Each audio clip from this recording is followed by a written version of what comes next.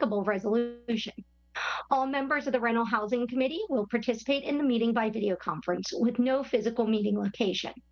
Members of the public wishing to observe the meeting live may do so at mountainview.legistar.com, on YouTube at mountainview.gov/YouTube, and on Comcast Channel 26.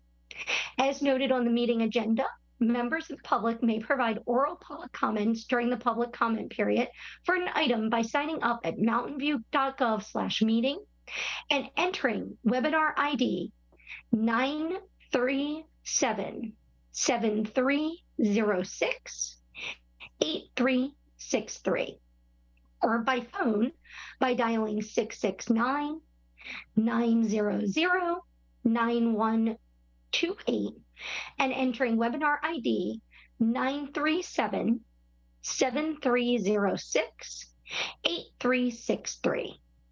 Any emails received by 5 p.m. today were forwarded to the Rental Housing Committee. Emails received after 5 p.m. will not be read during the meeting, but will be entered into the record for the meeting. The meeting is called to order at 7:04 p.m. Now we will proceed with roll call. Okay, so we'll begin with Committee Member Grunwald. Here. Committee Member Rosas is absent. Committee Member Almond. Here. Committee Member Parda Dizella is also absent. Vice Chair Ramos. Present. Chair Haynes Livesay. Present. Thank you. Okie dokie. We will now move to agenda item 3, the consent calendar. These items will be approved by one motion unless any member of the committee wishes to remove an item for discussion. The purpose of the consent calendar is for the committee to efficiently and quickly consider routine or administrative business items with one motion. Although committee members may remove items, it is generally not intended for the committee to have a lengthy, substantive discussion on consent calendar items. Would any member of the committee like to pull an item?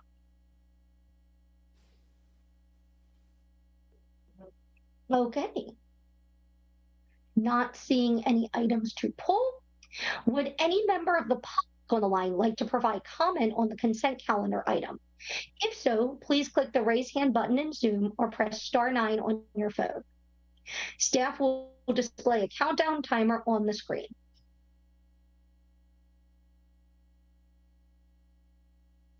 Nope, not seeing any hands there either.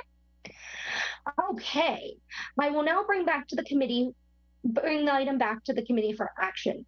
A motion to approve the consent calendar should include reading the titles of the agenda items or the resolutions as attached to the agenda item 3.1, which is approved minutes from RHC meeting November 14, 2022, and 3.2, adopt a resolution to continue virtual meetings pursuant to the Brown Act provisions and amended by AB 361.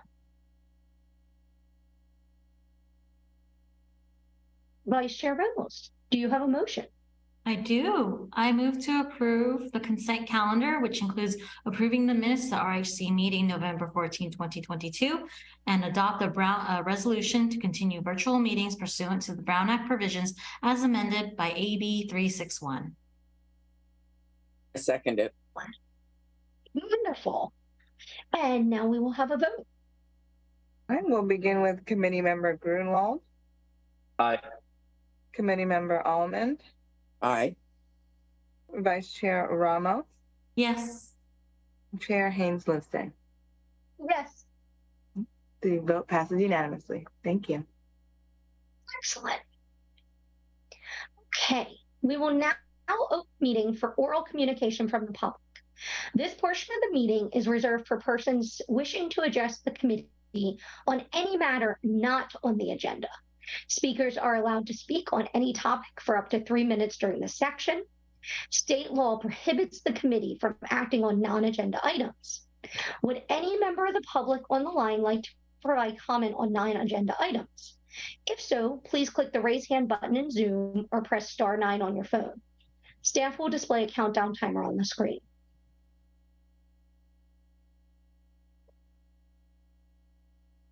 Okay, not seeing any hands. So we will now move to agenda item 5.1, the appeal of decision regarding petition number 21220012. The Rental Housing Committee, in hearing the appeal, is acting in a quasi-judicial fashion and will conduct the hearing in accordance to those standards. This hearing is being held pursuant to Section 1711J of the CSFRA and Chapter 5, Section H of the regulations adopted by the RHC. In accordance with Section 1711 of the CSFRA, any party to a petition who disagrees with the hearing officer's decision may appeal to the full RHC for review. In this case, the tenant filed for a downward adjustment of rent, and the property owner and the property owner submitted the appeal. Oh, sorry, that would be the tenant. The tenant submitted the appeal. Accordingly, the tenant is referred to as the appellant and will present first. The hearing will be conducted in accordance with the procedure set forth in Chapter 5 of the regulations. The RHC will first take comments from any member of the public who is not a party to the petition who wishes to speak on the matter. Comments are limited to 3 minutes. Staff will then provide a report to the RHC regarding the appeal and the tentative appeal decision. The appellant tenant will be given 10 minutes uninterrupted to make a presentation and arguments. After the appellant tenant has completed their presentation, the respondent landlord will be given 10 minutes uninterrupted to make a presentation and arguments. If there is more than one petitioner that wishes to address the RHC, the petitioners collectively must determine how to allocate their 10 minutes amongst themselves. Upon conclusion of both the presentations, each party will be given up to 5 minutes for a rebuttal, with the appellant tenant presenting rebuttal first. Upon conclusion of the parties' rebuttals, the RHC members will be given a chance to ask questions of staff first, and then of the appellant and the respondent. The RHC will then deliberate and make its decisions. During deliberations, it is likely that RHC members will have additional questions for staff. Additional questions for the appellant and the respondent will generally not be allowed. Now, RHC members are required to disclose any communications that they have had with any of the parties to the petition or the party's representative and the substance of those communications since the date the petition was filed. The decision of the RHC is to be based on the record as presented to the hearing officer. Information disclosed to an RHC member that is not part of the record is not to be considered in the hearing. Do any RHC members have ex parte communications that need to be disclosed? Vice Chair Ramos? Do we need to disclose the number of emails? We got a few emails from the appellant, but they were sent to all of us, and I believe our legal counsel as well. Yes, and I believe Yes. that's part of the agenda. Right, we have distributed those, so those are part of the meeting record.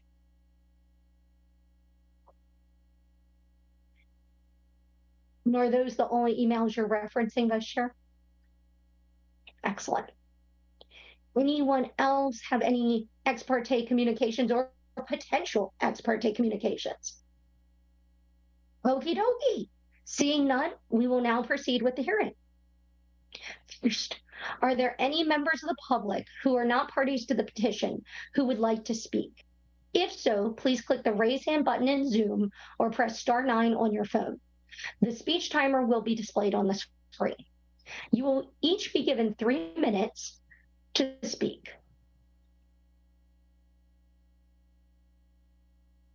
Okie dokie. Seeing no public comment, I believe staff has a presentation for us. Yes, thank you all.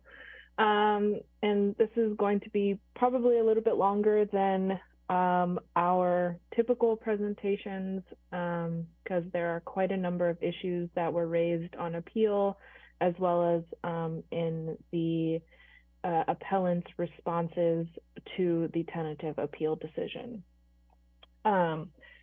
So the purpose of staff's presentation, or rather this agenda item, is for you all to review the tentative appeal decision and either accept the the decision as written or modify the decision with instructions to staff citing appropriate evidence in the record. So the role of the Rental Housing Committee is not to reweigh the evidence submitted in support or in opposition to the petition. Rather, the RHC merely needs to determine whether there is substantial evidence in the record to support an appealed element of the decision. Substantial evidence means that there's adequate information in the record to support the decision. Substantial evidence does not mean that the Rental Housing Committee members would have reached the same conclusion if they were present for every aspect of the hearing. I think the chair has already gone through the schedule for the appeal hearing, and we will cover the petition and appeal summary in the next slides.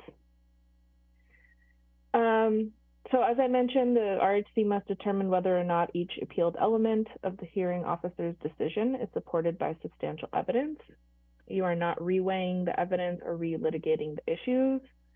The appeal is based on the record submitted to the hearing officer, no new evidence.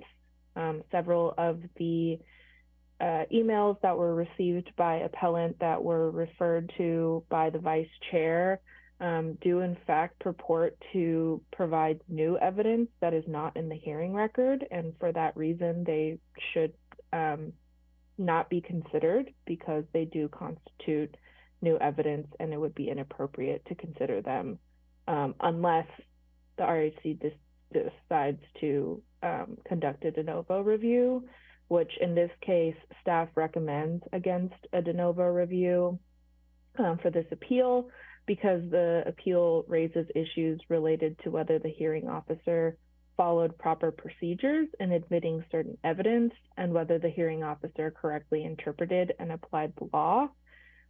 Staff sees no reason for admitting additional evidence based on the issues that are raised in the appeal. Slide, please. So as I just mentioned, staff does not recommend a de novo review. This would require a new formal hearing, presentation of evidence by the parties, which would require significant time to prepare for the Rental Housing Committee. As I mentioned, the existing evidence is sufficient, and the existing record demonstrates adequate review and ample opportunities for the parties to present relevant evidence. And finally, once again, the issues raised in the appeal relate to procedural questions and questions of legal application, not questions of fact. So the petition defines the scope of the hearing officer decision, and the appeals of the hearing officer decision limit the scope of the Rental Housing Committee's review on appeal. In the instant case, and I will go through this a little bit more thoroughly when we review sort of the timeline of events that have happened with this petition. The scope of the petition was limited by the hearing officer because of prior petitions that were submitted by the same petition against the same landlord for several of the same issues. And therefore, the scope of the petition itself was limited to new evidence and information that arose after July 28th, 2021, which was the date of the hearing on the prior petitions. And to limit that further, the appeals of the hearing the appeal is limited to only those issues that are raised in the appeal, although there are several in this case. Anything outside of the issues that are raised by appellant are not appropriate for discussion on appeal.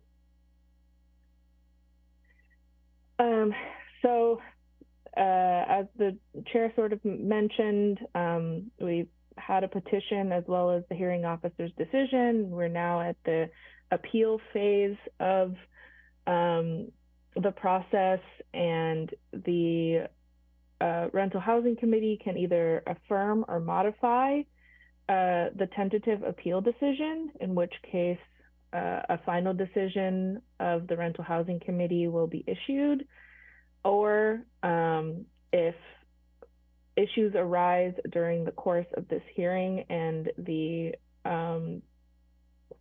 rental housing committee determines that a remand is appropriate, that can also be ordered on certain issues or all of the issues if it's necessary for the hearing officer to consider additional things that were not considered in the original petition hearing. Once there's a final decision from the rental housing committee, either party can appeal the rental housing committee's final order to the Superior Court on a writ of mandate. I think we've covered this. I don't know that we need to go through it again. So this, as a summary, the original petition was for a downward adjustment of rent due to unlawful rent related to failure to maintain a habitable premises, related to issues regarding the conditions of the balcony in the unit, the walkways, the common walkway outside of the unit, as well as the floor in the unit, as well as a decrease in maintenance of housing services. Oh, decrease in maintenance or housing services. I'm sorry, I think that's the typo. And that was based, the petition based that on the reduction in assessed value of the property related to tax documents. Next slide, thank you. So I'm going to go through this actually pretty thoroughly. I know usually we summarize this, but in this case, I think it's important to understand sort of the history because there are issues raised on appeal related to the earlier petition. So as I mentioned, there was a hearing on petitions number 2021-0021 and 2021-00-2022, which were filed by the petitioner appellant in this case in 2021 and against the same respondent landlord, and raised several of the same issues related to the condition of the balcony in the unit, the walkways, as well as the decrease in housing services or maintenance related to changes in the assessed tax value of the property. A decision was issued in those petitions on September 7th, 2021. The tenant then filed an appeal of the 2021 decision, but the tenant's appeal was not timely, and the issue actually came up to the Rental Housing Committee, which denied the untimely appeal of the 2021 decision. The tenant then refiled a new petition, which is the instant petition, in May of 2022. There was a pre-hearing conference held on July 8th of 2022. The hearing officer, after being prompted by the respondent that the issues raised in the instant appeal were similar to those or the same as those that were raised in the prior petitions, issued a pre-hearing decision limiting the scope of the petition to new evidence and facts that arose after July 28th, 2021, which is the date of the prior hearing on the prior petitions. And that was after receiving briefing from both of the parties on that issue. So the parties were provided an opportunity to submit their positions on the doctrine of res judicata, which is the doctrine, the legal doctrine that says you cannot re-litigate the same causes of action or the same issues between the same parties more than once. So the hearing officer limited the scope of the instant petition. On the 25th of July, the tenant submitted a reasonable accommodation request. After review of that reasonable accommodation request by the committee's counsel, the chair denied the petitioner's request, and a hearing was ultimately held on the petition on September 20th, and the record was closed. The hearing decision was delivered on October 20th, 2022 by the hearing officer in the instant petition, who was Sandra Latour. And at the same time, the hearing officer who had issued the 2021 decision, Derek Chandler, reissued the 2021 decision to correct a clerical error that had the petitioner tenant's name incorrect in the caption of the document. It was stated as William rather than Stephen. And so that issue was, or that decision, the 2021 decision, was reissued to correct that minor clerical error at the same time that the hearing decision was issued in the instant petition. The petitioner filed a timely appeal of the hearing decision, and the appeal hearing before the Rental Housing Committee was originally scheduled for December 5th. The committee was not able to achieve quorum, and for that reason, the hearing was rescheduled to this evening.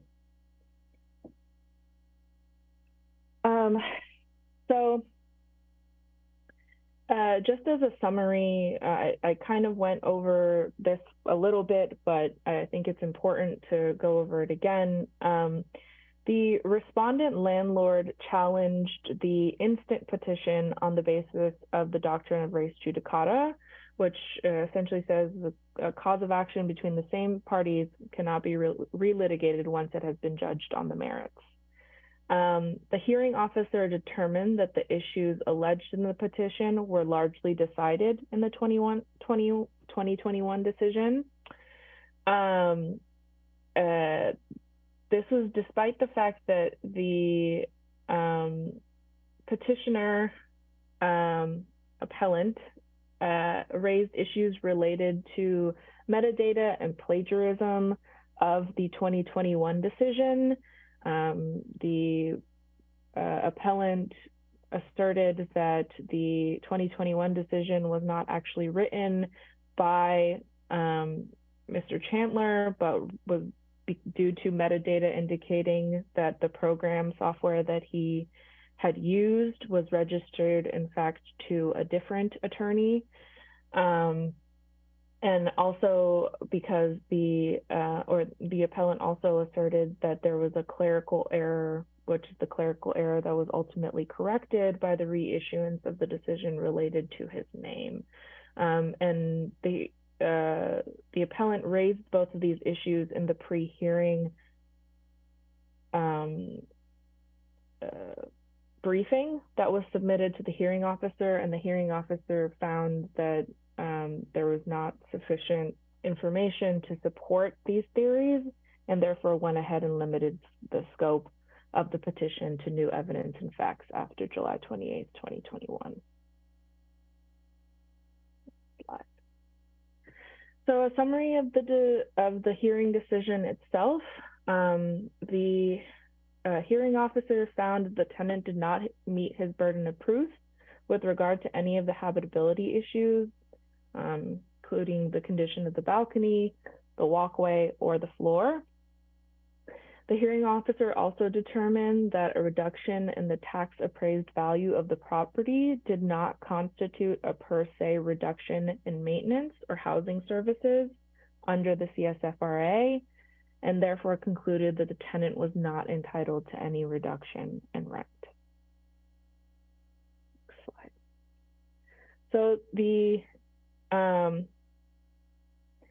tenant raises 7 issues in his appeal. The first is that the order revising the 2021 decision made res judicata inapplicable and reset the appeal timeline of the 2021 decision. I'm sorry, I think, can we go to the next slide really quickly? One more, sorry. I just want to make sure this is the right version. Okay. Okay, we can go back. Thank you. So the order revising so the first issue on appeal is that the order revising the 2021 decision made res judicata inapplicable and reset the appeal timeline of the 2021 decision. The second issue that the tenant or the appellant raises on appeal is that the current rental agreement for the unit is wholly void and unlawful because the value of the property has decreased since 2018. The third issue is that the hearing officer erroneously interpreted and applied CSFRA section 1710C. The fourth is that the hearing officer improperly permitted testimony of the city building inspector because governmental immunity prevents city employees from testifying under penalty of perjury. The fifth issue is that the hearing officer improperly permitted evidentiary submissions from the landlord's contractor because the contractor's self-certification of those submissions was illegal. The sixth issue that the appellant raises is that the hearing officer should not have considered documentary evidence or testimony from either landlord's contractor or the city inspector because they failed to submit documentary evidence to support their expert opinions or their opinions. And the seventh issue on that the appeal raises is that the hearing officer failed to follow proper procedure by not ordering an inspection of the property. So the tentative appeal decision upholds the hearing officer's decision in its entirety. The legal standards that the petitioner or appellant asserts should have been followed are not supported by any binding legal authority. The hearing officer followed proper procedures and applied proper standards related to evidence and testimony. In particular, it should be noted that the formal rules of evidence do not apply in petition hearings, and that is actually set out explicitly in Chapter 5 of the CSFRA regulations, Section E.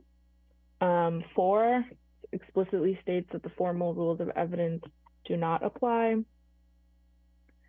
The hearing officer also acted within her discretion in allowing and weighing testimony and evidence. And finally, the tentative appeal decision finds that the hearing officer's findings of fact are supported by evidence in the record, and her conclusions of law are sufficiently supported by findings of fact. I'm sorry. So after the tentative appeal decision was issued, the appellant tenant submitted a response to the tentative appeal decision. The response sets out 8 additional issues in response to the tentative appeal decision. The first is that the appellant is a certified ISSP, and I believe that stands for Information Systems. Sorry, let me get this correctly. I don't want to butcher it.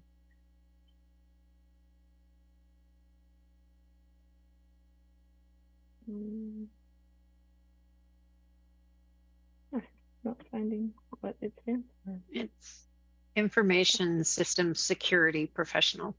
Thank you. And that the hearing officer should have considered his expert opinion about the 2021 decision being plagiarized.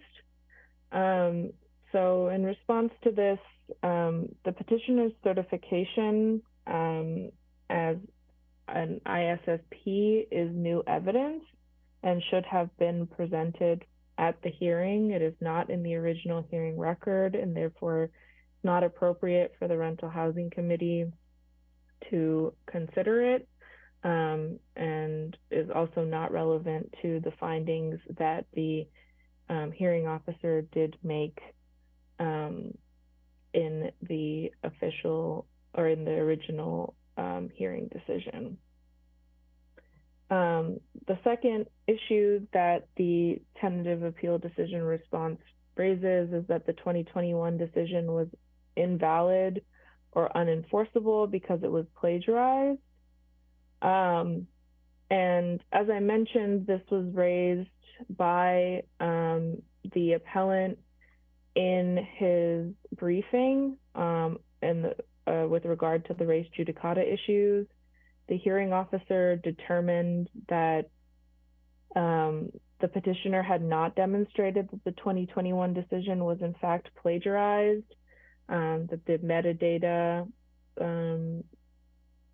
that was indicated as demonstrating plagiarism was not direct evidence of such, and therefore disregarded that theory in concluding that the doctrine of res judicata did apply. In the response, in the appellant's response, he does not provide any additional authority for why the metadata indicates that the 2021 decision was in fact plagiarized by the original hearing officer. It's merely a restatement of his argument that was made earlier, and therefore is not appropriate for consideration on appeal. The third issue that the response raises is an argument regarding the validity of the rental agreement, or is rather that the argument regarding the validity of the rental agreement is appropriate on appeal because it was not considered in the hearing decision. And in fact, this argument was heard by the hearing officer. It is in the hearing record in the recording of the hearing. The petitioner did raise this issue and it was dismissed by the hearing officer. And again, it's not the role of the Rental Housing Committee to relitigate these issues. The hearing officer determined that the argument regarding the validity of the rental agreement was not sufficiently supported and therefore dismissed this argument in reaching her conclusions. The fourth issue in the response is that the letter of the law requires a downward adjustment when there has been a reduction of the property value as indicated by tax assessment documents. Once again, this issue was raised in the petition as well as at the hearing, and this merely constitutes a restatement of the petitioner's argument at the hearing. Nonetheless, petitioner has put forth no legal authority to support his argument that this interpretation of the CSFRA is the correct interpretation, that the definition of maintenance or reduction in services encompasses a reduction in the property value, in the tax assessed property value. The fifth issue in the appellant's response is that the city inspector should not have been permitted to testify because the rental housing committee could only use city services during the period between the effective date of the CSFRA and the initial appointment of the members of the rental housing committee. This argument misunderstands the language in the CSFRA. CSFRA section 1711D permits hearing officers to utilize city inspection services if it would help resolve issues in a petition. Furthermore, the CSFRA provides that the rental housing committee, while independent, is an integral part of the city's government and therefore can call upon the services of the city manager and the city attorney at any time, not just in the time between the effective date of the CSFRA and the initial appointment of the rental housing committee members. The sixth issue in the appellant's response is that the hearing officer was bound by formal rules of evidence because a petition hearing is a quasi-judicial hearing, not an administrative hearing. In this context, quasi-judicial and an administrative hearing are being used as synonymous terms. And in fact, the authorities that appellant cites in support of this theory clearly states that most cities do not use formal rules of evidence in quasi-judicial hearings. It uses the language quasi-judicial. Nonetheless, appellant asserts that the petition process is not an administrative citation hearing, and thus the general rule does not apply. However, appellant's argument cites no authority for why a petition hearing should be treated differently from an administrative citation hearing as far as the formal rules of evidence go. And the appellant's argument also fails to acknowledge that the CSFRA regulations explicitly provides the formal rules of evidence do not apply.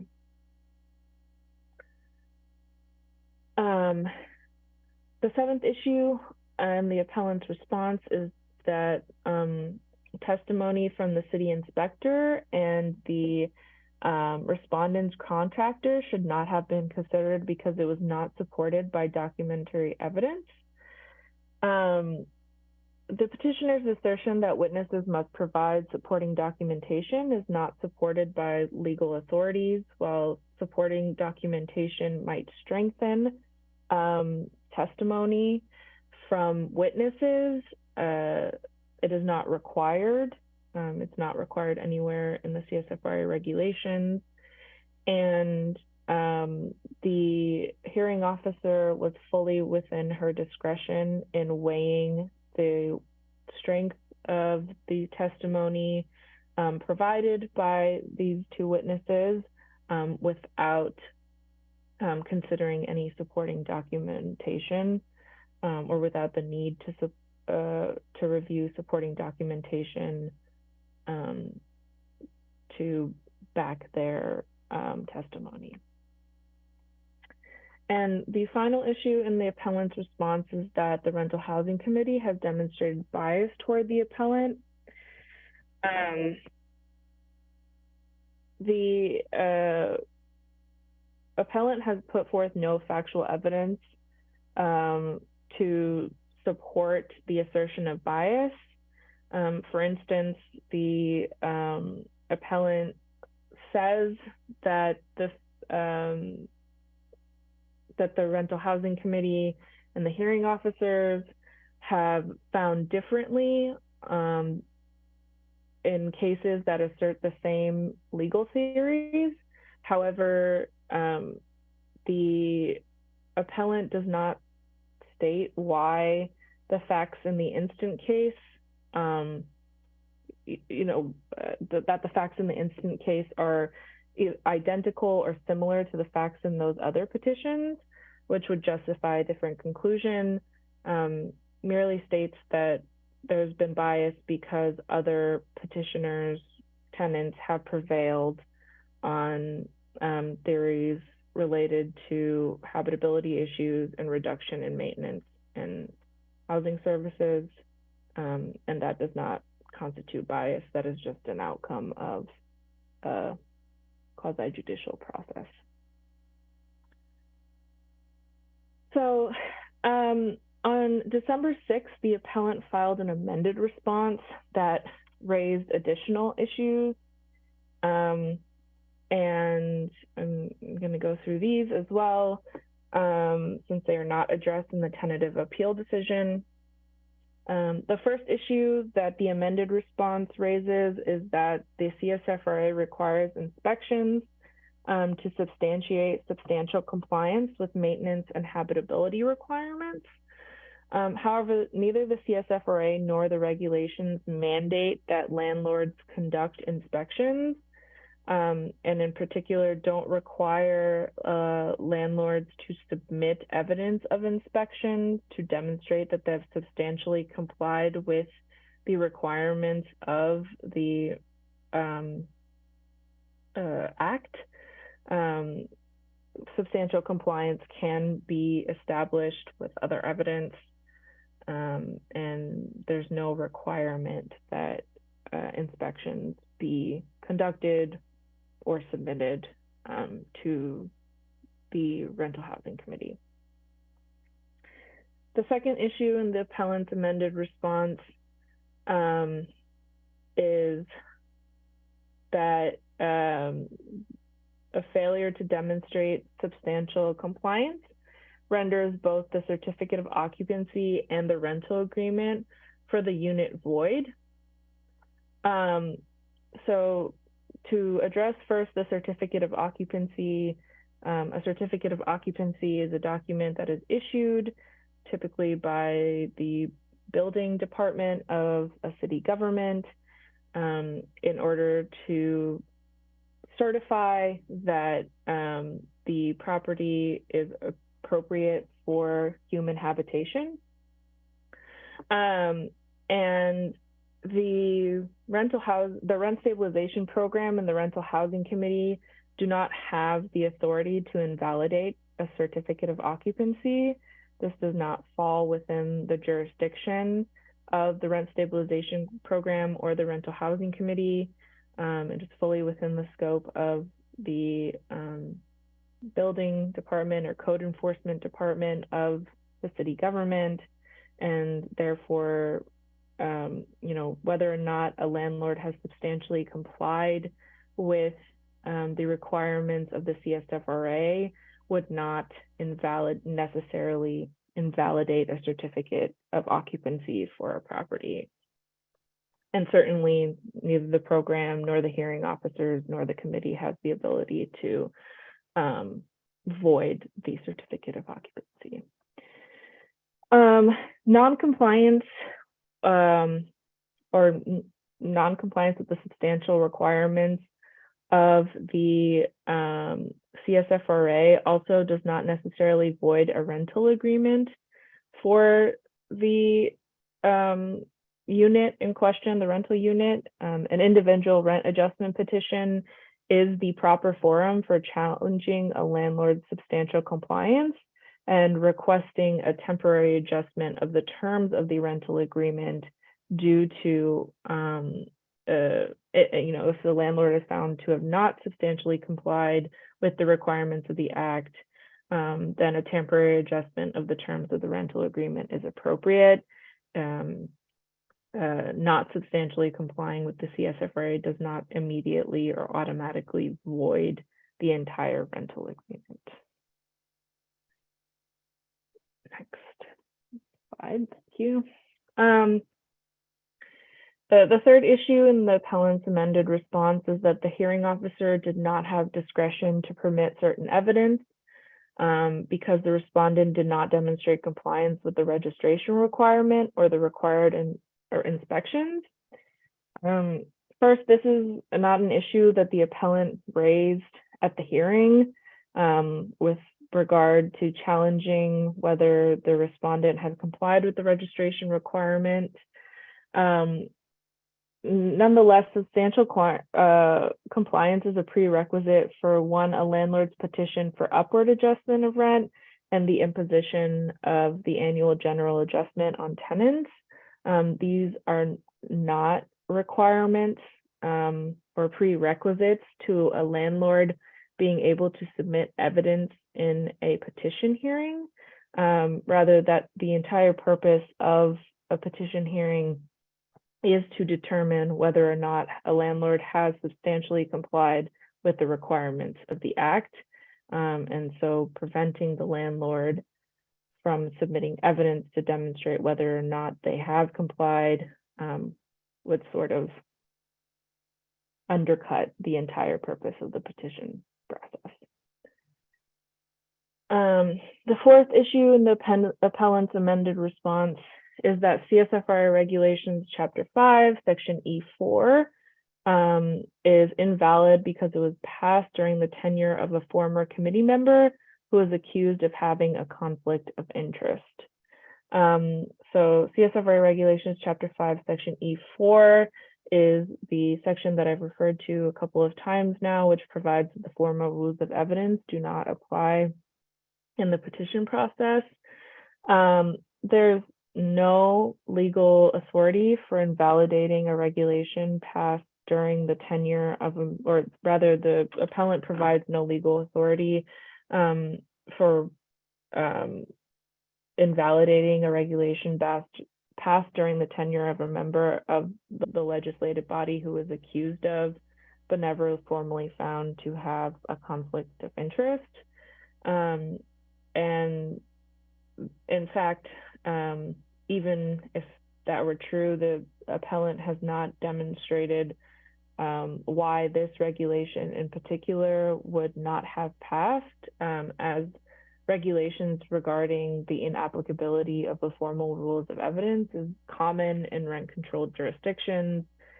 Cities like Richmond, Berkeley, San Francisco, and San Jose do not require petition hearings to be conducted in accordance with the formal rules of evidence.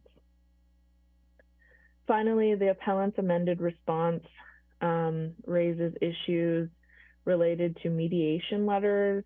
In particular, it alleges that the mediation letters that were received from the city and from the mayor are coercive and inappropriate. We don't address this argument because it's not relevant to the issues in the petition or the appeal. Next slide, please. So staff's recommendation is to consider the tentative appeal decision and either accept the tentative appeal decision or modify the tentative appeal decision with instructions to staff citing appropriate evidence in the record to support the modifications. And I'm happy to take questions. I know that was quite a lot, so please. I think Vice Chair Ramos has a question potentially. Yeah, just a quick one. After, depending on which decision we make, what is next if either side wants to appeal it? Does it go to the courts at that point? Yes, the next step would be for either party to decide if they want to appeal to the Superior Court. Thank you. Any other questions, committee? Well, thank you, Naz. That was a great presentation. Our appellant tenant, would you please click your raise hand button in Zoom if you would like to speak, or press *9 on your phone, and staff will temporarily promote you to a panelist. The speech timer will be displayed on the screen. You will have 10 minutes, and please, everybody involved in the petition, please do not use the chat function in Zoom to provide any information either while the other party is presenting or while you are presenting yourself. Can you hear me? We can hear you now. Okay, thank you. All right, the first thing I'm going to be addressing is this. On September 19th of 2022, the RHC changed the standards of prerequisites regarding compliance with the safety codes of the CSFRA and Mountain View. That was under what they call Chapter 12. Chapter 12 was, in fact, voted on and passed on the 19th. However, the hearing that took place was actually on September 20th, which basically means that it was less than 24 hours after the passage of the new requirement that the hearing took place.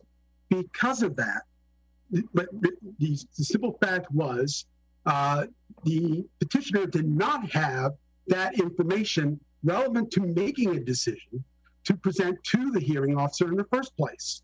Second of all, given the fact that now it is December 19th and that Chapter 12 was deemed effective December 1st, means that if RHC hearing officers or anyone is going to contemplate the fact that a landlord is in compliance with the CSFRA, which is required to contest any hearing, that would mean that they would have to be in full compliance of the regulations.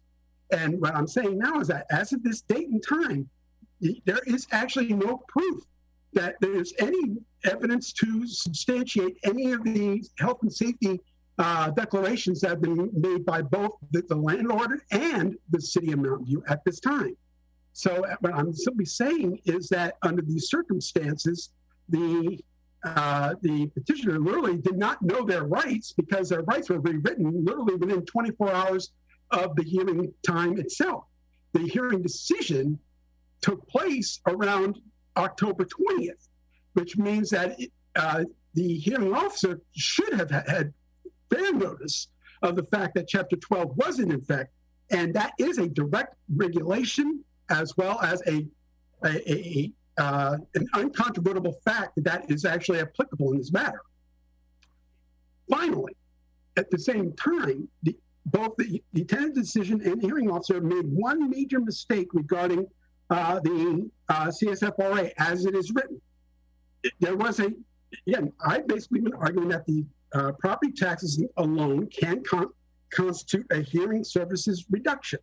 And that's because under the CSFRA, specifically 1710 subsection C, it does say housing services include but are not limited to the following categories.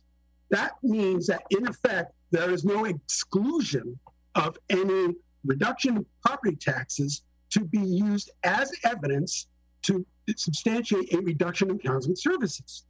In fact, that language in itself basically says that any information can be used to justify a reduction in housing services. So in that regard, if the landlord does in fact request and get a property tax reduction, that in itself would be evidence to prove that the landlord knows that the housing services have been reduced in some manner.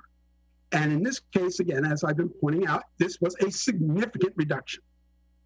I was able to demonstrate about a 43% reduction in the actual building property value regarding the Santa Clara County Tax Board.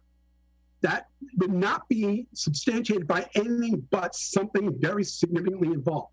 In this case, again, what I'm now dealing with is a wholly new situation that I'm probably going to have to, if this hearing goes the way it goes, I'm simply going to have to refile for a new hearing based on the fact that I have a floor that is expandingly becoming compromised. All I have to do is step on it with my bare feet, and I can feel the floorboards sinking into the underneath me, and indications of cracking of the floor as well.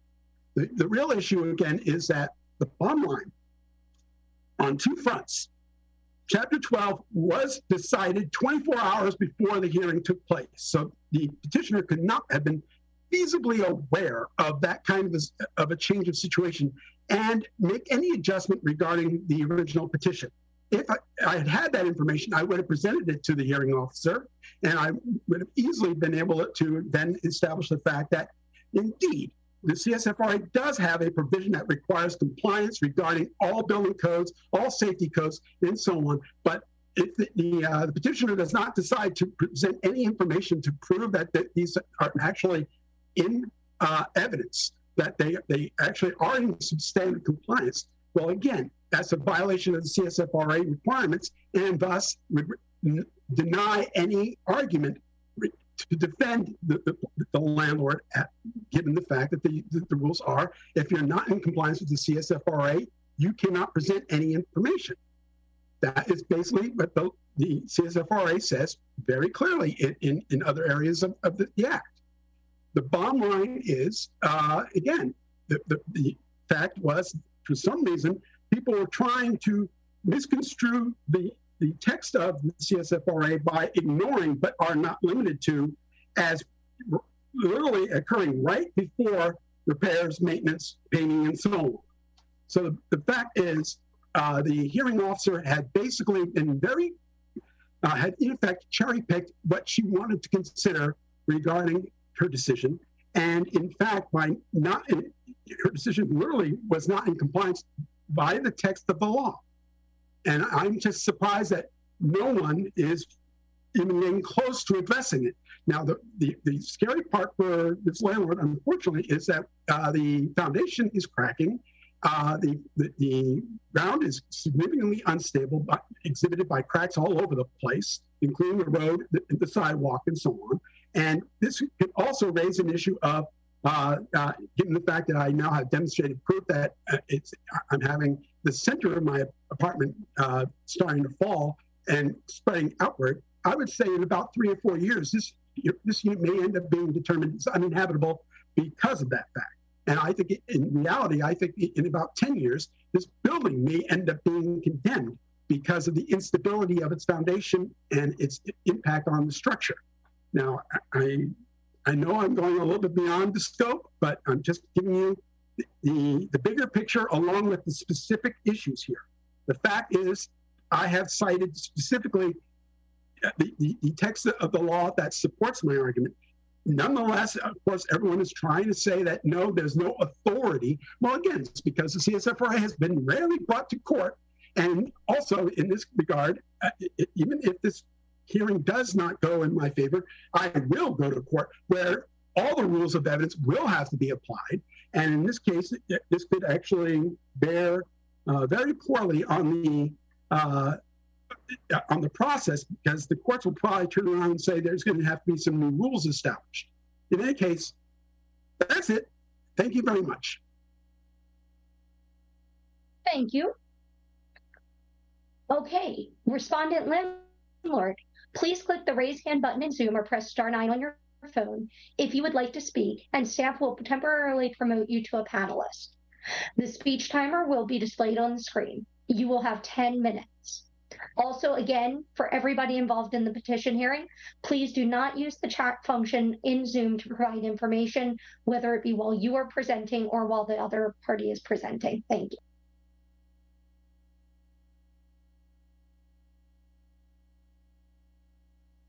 I apologize. This is Eric Stevenson, counsel for respondent. Can everyone hear me? Yes, we can hear you. Thank you. I appreciate it. I won't take up too much of your time. Counsel for the city did an excellent job, very thoroughly going into all of these issues, and quite frankly, taking a lot of my arguments that I would have made anyway. So I'll do this hopefully pretty quickly. But the Rent Review Board has now heard Mr. Goldstein's petition on these same issues on 2 separate occasions, once in July 2021, again on September 20th of this year. Both claims were thoroughly analyzed by the city, as we just heard today. But in particular, the decisions made thus far for this petition in particular. The hearing officer prepared a detailed 18-page decision with reference to all of petitioner's exhibits. The tentative decision of the Rental Housing Committee is 9 pages of evidence and legal analysis that goes through each and every one of petitioner's claims and cites all the documents that he references as well. And the most important finding is that the petitioner simply has not shown any decrease in services or maintenance that would justify a rent adjustment. In fact, the fact that the rules of evidence do not apply here does him a huge favor in terms of him meeting his burden of proof, and he still cannot do that. If he were to file a court action, he would actually have to provide actual evidence in support of these claims, which he hasn't done here. but he was given the opportunity to throw pretty much everything he could at this issue over almost 2 years and has still not met his burden of proof. And we find ourselves back here yet again. Moreover, before this second petition was even heard, the Rent Board acknowledged that many of petitioners' claims had already been heard, so they limited the second petition to only new claims or evidence. And instead of that, he didn't offer anything new. He disregarded all the evidence presented by respondents in this case with our own expert, our own flooring expert and the balcony expert that was consulted, Mr. Von Clem, but also the city's own senior building inspector, which also provided his own opinion after his inspection. And he has no logical basis for any of the claims he makes in his petition. Respondent is an attentive and dutiful landlord who installed new balconies at the subject property for the benefit of his tenants. All the expert testimony in this matter agrees that the balconies are in good working order. There is simply nothing to support petitioner's claims beyond his speculation. And frankly, any attempt for him to rehash these same arguments is really inappropriate and is becoming a tax on the time and expense for my client, but also the board. He's indicated he's going to file another petition on this same issue. And I would ask that the committee keep that in mind when considering whether to affirm its tentative ruling in this case. Just to address a couple of things that the appellant mentioned in his argument just a second ago. So one, he claims that the CFRA does not state that maintenance or basically does not disallow his argument saying that property taxes showing a reduction in the value of the real property as a whole is not a valid claim under the CFRA. I mean, the argument simply does not make any sense. He's not entitled to throw anything at the wall to reduce his rent. He has to show a loss of value of his particular unit. That's what the CFRA is meant to address, or whether we're talking about a lack of common areas or we're talking about not being able to use laundry rooms facilities, we're talking about lack of hot and cold running water, something that shows a lack of service or maintenance. Property taxes do not go to anything like that. And the hearing officer actually addressed that as well and properly disregarded that argument.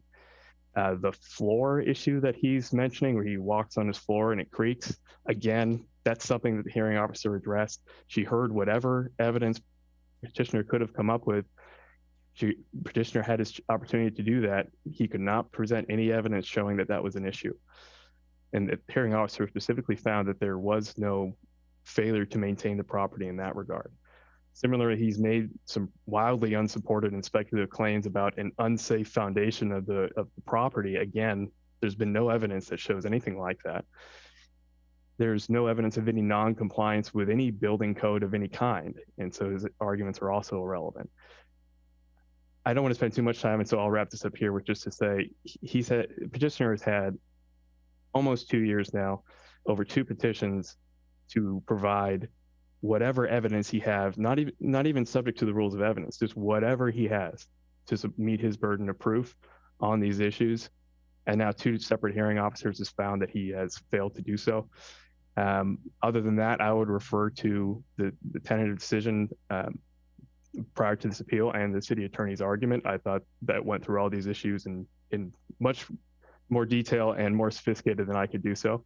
And so with that, I would yield the rest of my time. Okay, appellant tenant, you have 5 minutes to rebut any statements made by the respondent. Please limit your comments only to rebuttal rather than repeating any information that has already been presented.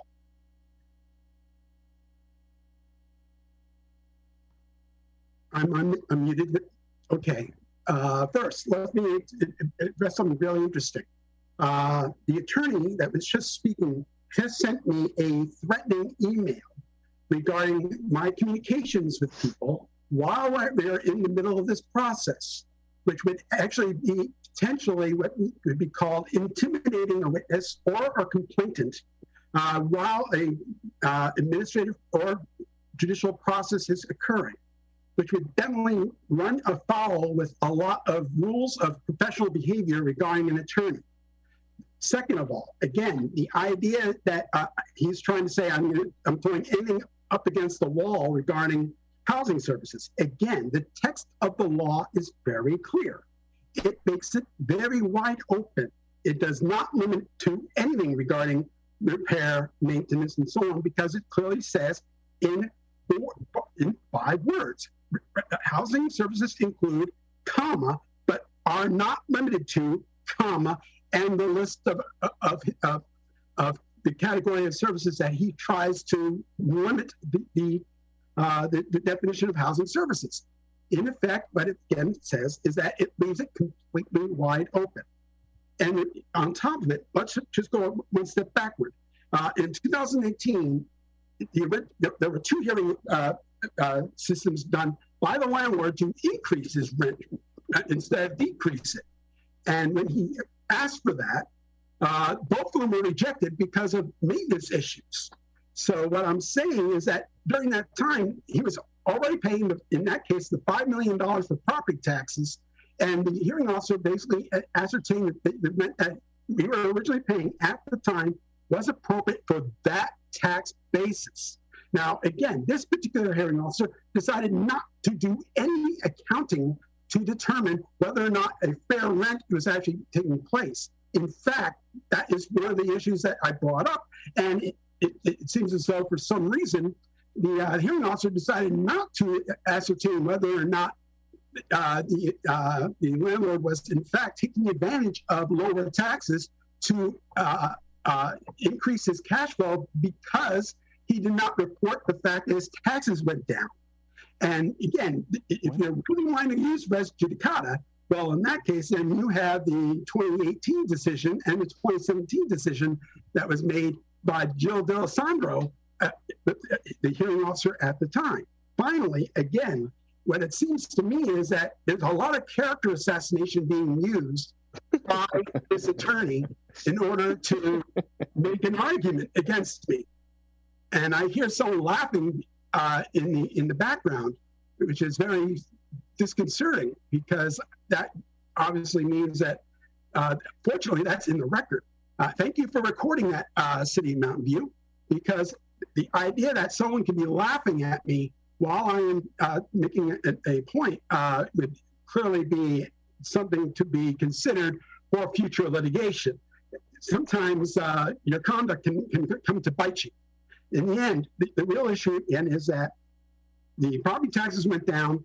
There's no exemption that if property taxes go down, it cannot be a housing services decline by default, because it's initiated by the landlord and not by the tenant.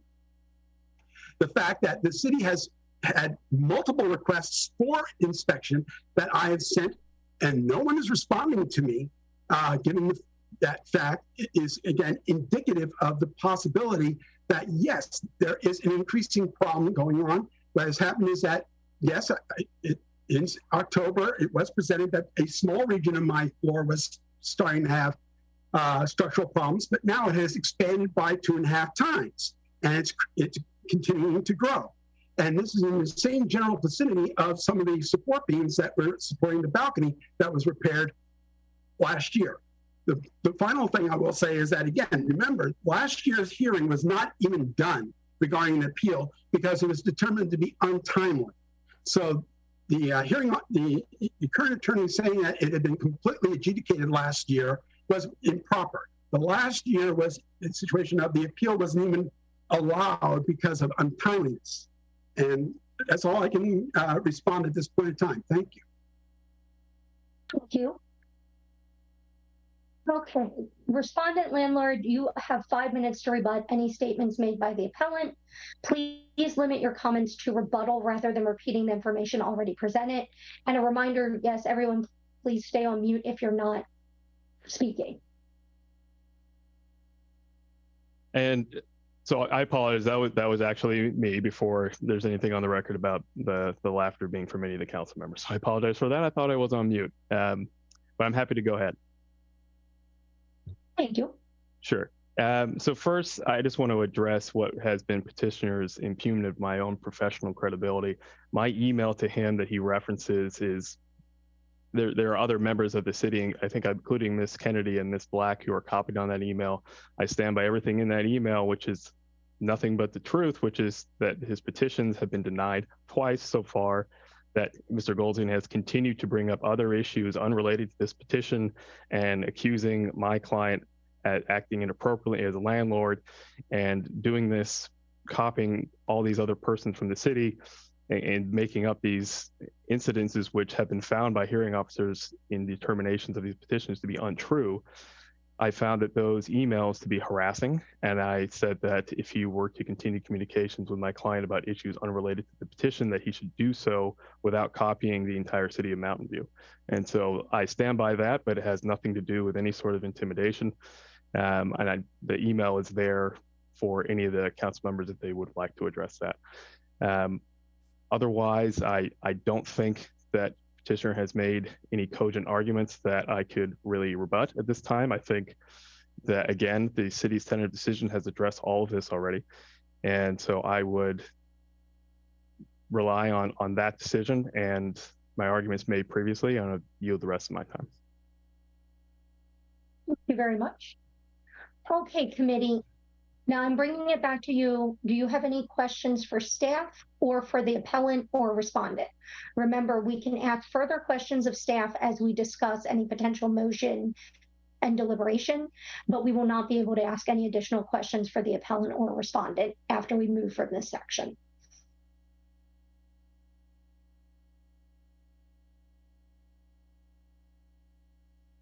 I do see a hand by one of our attendees that I believe is party to the petition.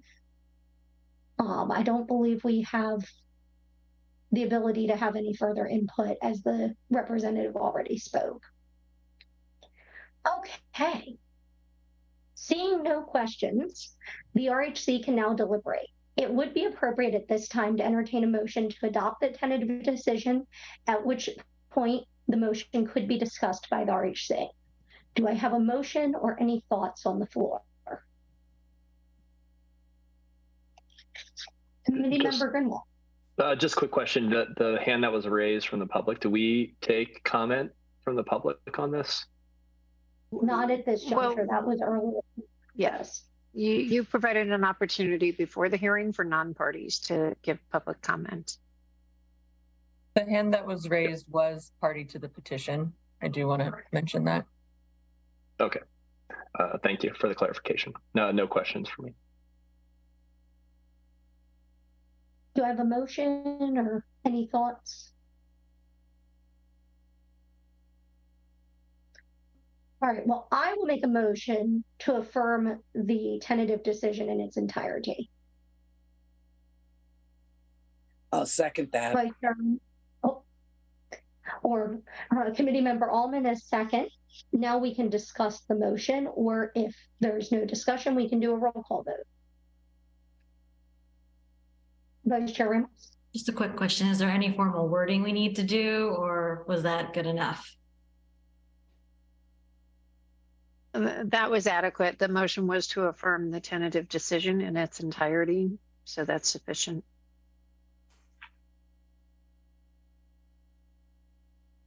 Vice Chair, I'm sorry, Committee Member Greenwald, give you a promotion there. Just a question for staff. I want to make sure we're doing this by the book and dotting our I's and crossing our T's. And I believe Committee Member Rosas joined midway, and I just want to ask staff if we're dotting our I's and crossing our T's. Will that be okay if I am voting on this and as the alternate? And Committee Member Rosas, just please confirm. So you as the alternate can vote, because even with Committee Member Rosas' attendance, we still are missing one of the committee members, and you have participated in the entire hearing. I would suggest, I don't quite know when Committee Member Rosas joined, but I would suggest that she might abstain if she did not hear the entire presentation. So that would be my suggestion.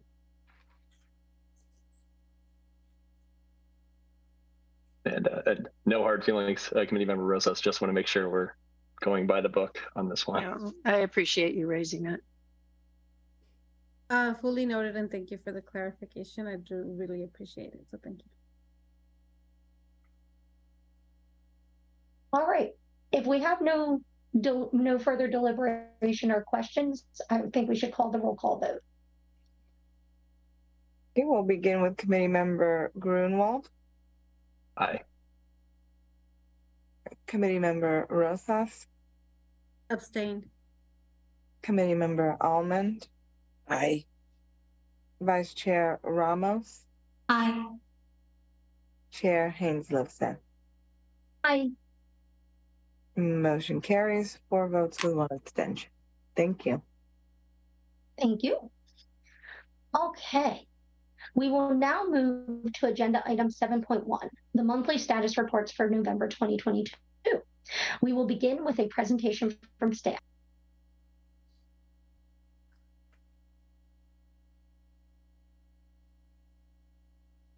Good afternoon, committee members. Good evening. Thank you, Chair.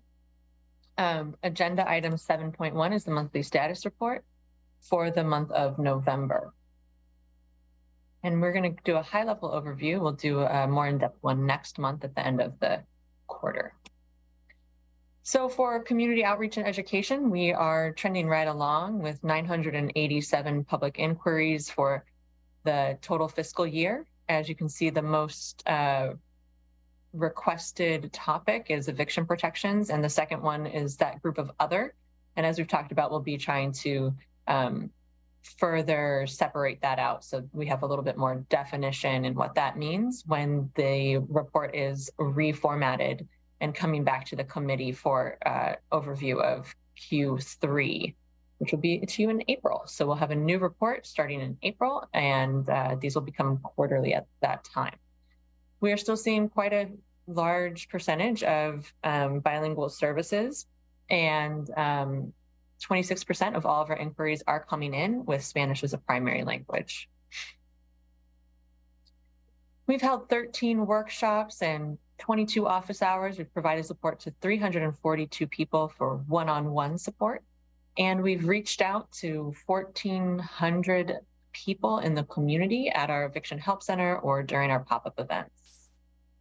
We also sent out mass mailings. We had our newsletter go out in November, which I believe you all received copies of, to the tenants and the landlords for CSFRA covered units, and to the mobile home park owners and the landlords, as well as mobile home owners and their tenants for mobile homes covered by the MHRSO. So that was the first newsletter that they received. We've had an uptick in mediations and conciliations requests. There was actually 10 this past month, which is quite a few to receive all in one month. And that is always good news. We like to hear that people are using those services. We've received 464 termination notices, which you can see break down to this. So if we look at Q1 and Q2 for the current fiscal year, we have 268 failure to pay rent notices and 182 failure to pay rent notices for Q2. So that's the bulk of our noticing. And next month, I will pull it out to let you know which ones of those are repeats. A lot of them are repeats. So it's the same unit that's receiving multiple months of termination notices. So I do want to point out that these are not individual households. And what I mean by that is it's not representative of one termination notice being for one household, a different household for each one. They're often repeats, like I said. For our petitions, we have 14 current petitions for the fiscal year. This has just increased as well. And right now, the bulk of them are tenant related. We're seeing a slight uptick in vacancy rates across all units, except for that newly built one that, as we've talked about, is very volatile. Actually, that one will jump up the next time you see this report because there is a building going live in December. So that will shift significantly. And we are at 5.2% for fully covered units according to CoStar, which is indicative of the general just slight instability in the market still because of the COVID recovery. Very common across the board in all jurisdictions. We're also seeing a slight decrease from that peak of pricing that happened in the summer. This is common during the winter months, and so are higher vacancy rates. This will probably flatten out in the spring, start to see some more regulations of the market. And then finally, We've had 5 properties sell during the current fiscal year for a total of 27 units. And 4 properties are currently for sale. And what we're seeing with this again is just general transactions, typically between more smaller property landlords. Not a lot of significant movement in the market at all. And with that, that concludes the monthly status report. Are there any questions from the Rental Housing Committee?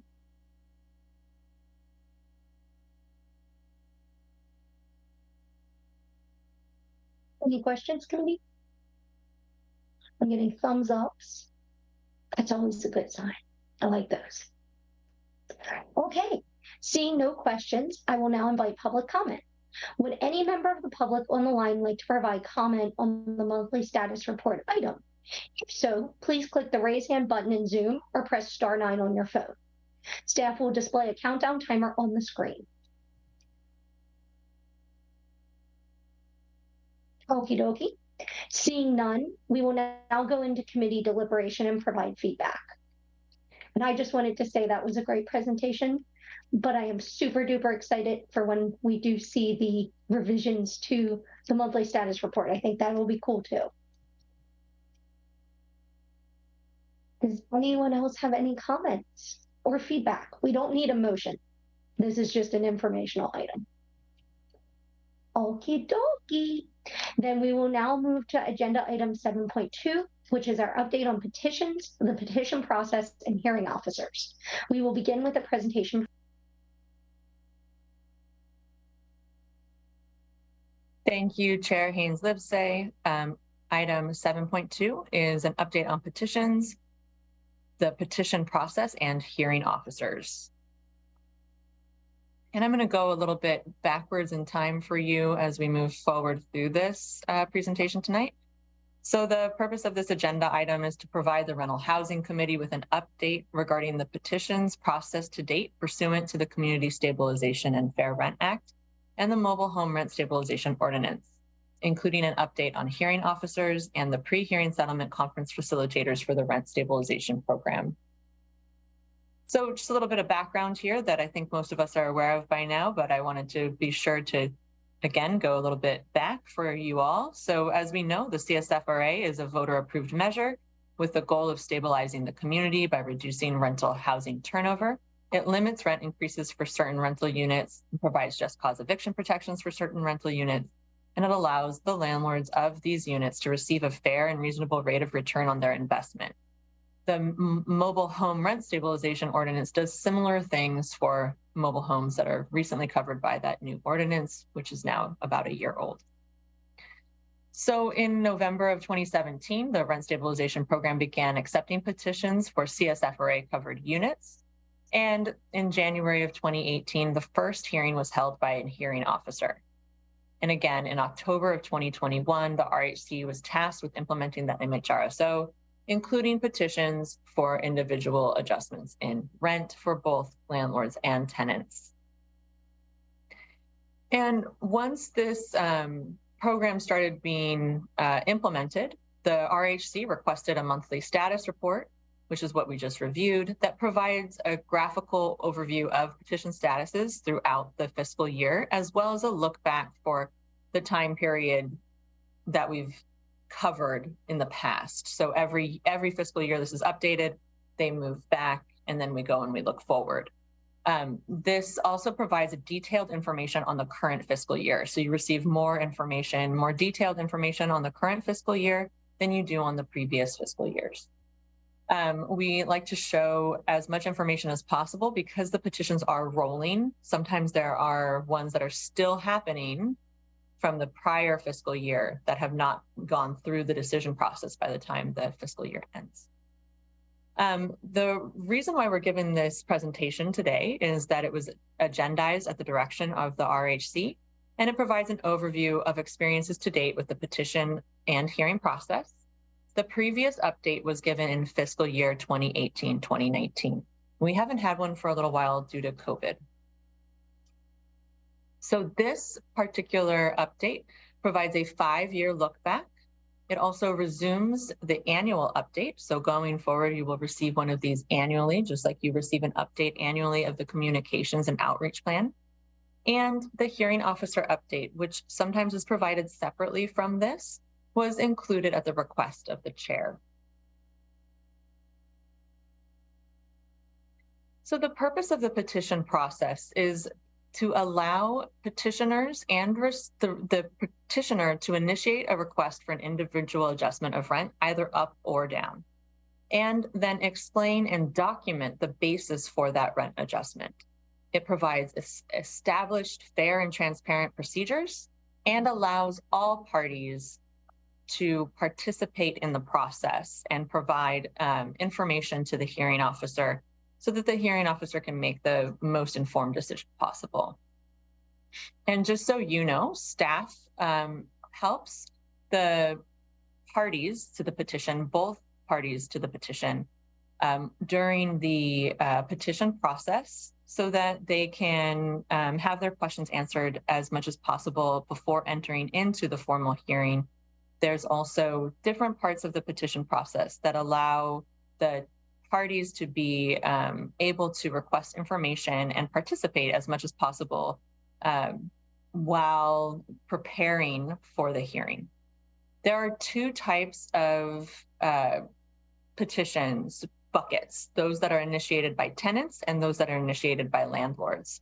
We have 4 different tenant-initiated petitions and 3 different landlord-initiated petitions that can be filed with the rent stabilization program. For tenant-initiated petitions, we have the unlawful rent petition, which is also called Petition A. Petition B is failure to maintain habitable premises or decrease in services or maintenance. Petition C is the undue tenant hardship petition, and this is can be filed in response to a banked rent increase notice or in response to a landlord MNOI, maintenance of net operating income petition. And then finally, we have those joint petitions, the new or additional housing services petitions, and those are all have to be initiated by a tenant. For landlord initiated petitions, we have the maintenance of net operating income petition, and then we have the specified capital improvement petition, and finally, exemption petitions. And these have all been approved by the RHC and are in detail in our regulations. And again, tenant petitions typically, aside from the new or additional housing services petition, are petitions for downward adjustments of rent, and landlord initiated petitions, aside from the exemption petition, are for an upward adjustment of rent.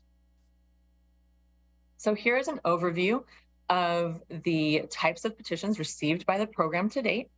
And I do want to just point out that the different types of petitions that you see here vary greatly in type, complexity, the number of affected parties, situations, and circumstances.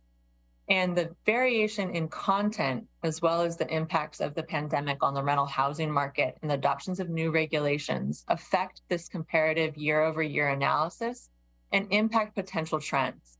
So while we can look at it as and provide that year-over-year look-back analysis, it may not, as with always, show causation. It's more correlation in the trends that we're seeing because of the impacts that we've had that created volatility in the market and in our landlords and tenants feeling comfortable enough to file petitions.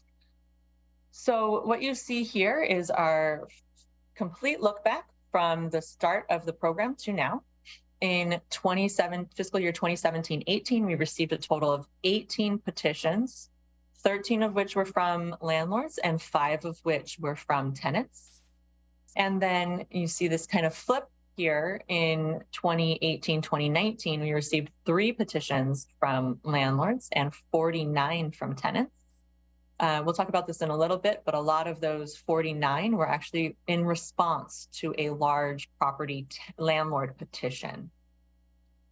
In 2019-2020, we had 1 petition from a landlord, 11 from tenants. In 2020-21, 0 from landlords, 21 from tenants. And then in 2021-22, 3 from landlords, 13 from tenants.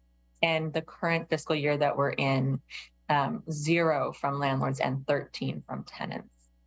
So of the 132 petitions that have been filed with the program, and this goes through November of 2022, 85% of those were filed by tenants, 15% were filed by landlords. 52 of the petitions were filed in fiscal year 2018-19, which represents the greatest number of the petition filings. 39% of all total petitions received were received during that year. And 18 petitions filed, again, 18 of those 52 petitions in fiscal year 2018-19 were filed in response to a landlord petition. So tenants can file undue hardship petitions in response to landlord petitions, and that's what happened here. After 2018-19, we've received approximately on average 16 petitions filed with the program per year. As you can see for 2022-23, we're quickly kind of trending upward. We're going to probably exceed our average this year. So since November of 2020, 114 petitions that have been filed entered into the formal hearing process. 15 petitions, which is 13% of those petitions, were withdrawn by the petitioner, and 3 petitions were not accepted. Non-acceptance is really rare. It doesn't happen very often. We as staff don't typically make those decisions. One landlord MNOI petition was not accepted by the hearing officer due to extensive and active code violations on the property. One undue tenant hardship petition was not accepted by the hearing officer due to late filing, which is in the CSFRA regulations. And one unlawful rent petition filed in 2017 was filed by a mobile home owner. And that was not accepted because the RHC deemed mobile homes not covered at that time in February of 2018.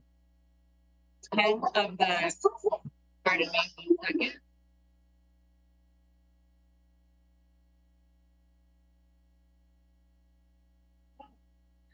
Ten of the 114 petitions are active and currently being reviewed by staff, which is 3 petitions. 5 petitions are in the hearing process, and 2 petitions are in the appeal process. 104 of the 114 petitions have completed the hearing and or pre-hearing settlement conference process, which we'll go over the figure soon. 83% of the petitions, which is 86 of 104 petitions, received judgments in favor of the petitioner or were settled through a mutually determined agreement via the pre-hearing settlement conference or conciliation. 26%, 27 of the 104 petitions were settled or conciliated. 59%, 61 of the 104 petitions were settled or were decided by a hearing officer through the formal hearing process. And 17%, 18 of those 104 petitions were appealed to the RHC, with 2 petitions currently awaiting final appeal determinations.